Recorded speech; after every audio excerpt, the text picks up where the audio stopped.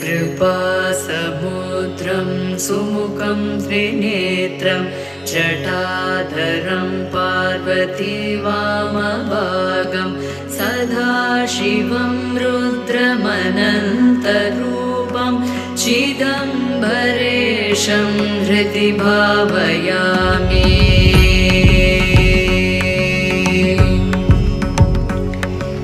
वाचामतीतं फणिभूषणाङ्गं गणेशतातं धनस्य मित्रं कन्दर्पनाशं कमलोत्पकाशं चिदम्बरेशं हृदि भावयामि।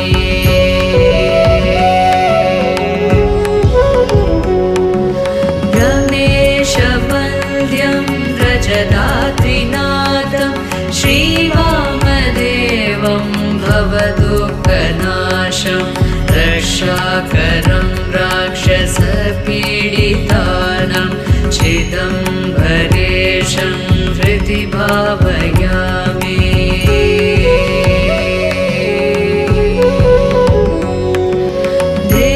देवादिदेवं जगदेकनाथं देवेशवन्द्यं शशिकाण्डचूडं गौरीसमेतं कृतवेङ्कटक्षं चिदम्बरेशं हृदि भावयामि।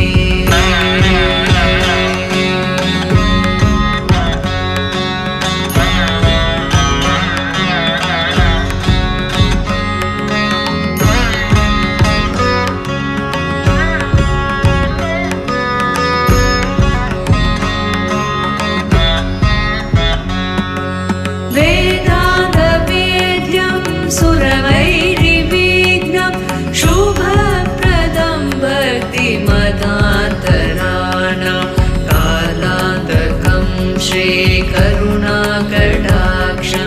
चिदम्बरेशं हृदि भावयामि।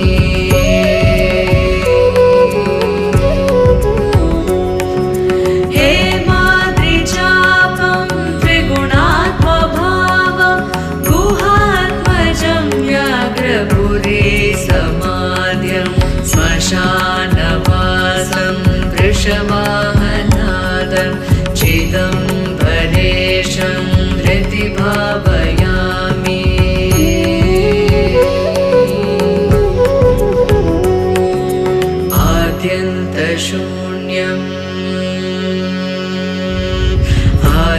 आद्यन्तशून्यं त्रिपुरारिमीशं नन्दीशमोख्यस्तुतिवैभवाद्यं समस्तदेवै परिपूजिताग्र्यं चिदम्बरेशं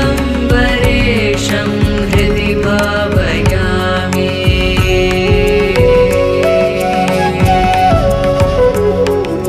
तमेव भान्तम् अनुभूति सर्वम् अनेकरूपं परमार्थमेकं विनाकपाणिं भवनाशहेतुं चिदम्बरेशं हृदि भावयामि।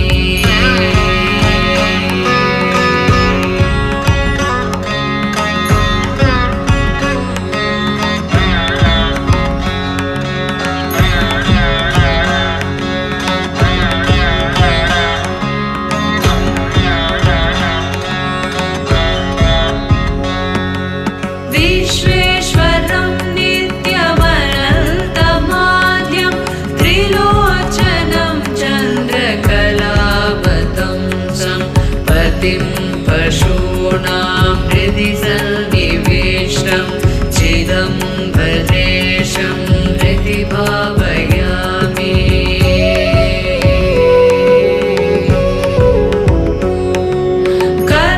कर्पूरगात्रं कमनीयनेत्रं कंसारिमित्रं कमलेतुवक्त्रं कन्दर्पगात्रं कमलेशमित्रं चिदम्बरेशं हृदि भावयामि।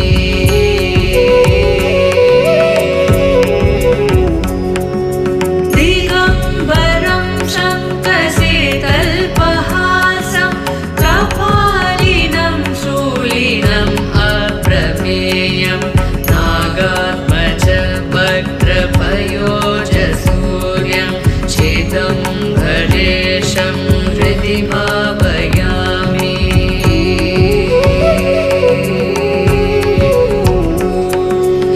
दिगम्बरं शङ्खचिदल्पहासं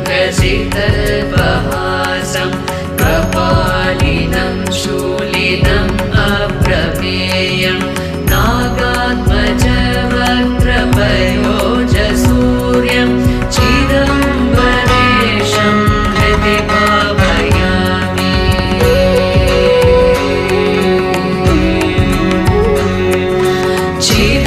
चिदम्बरेशं हृदि भावयामि चिदम्बरेशं हृदि भावयामि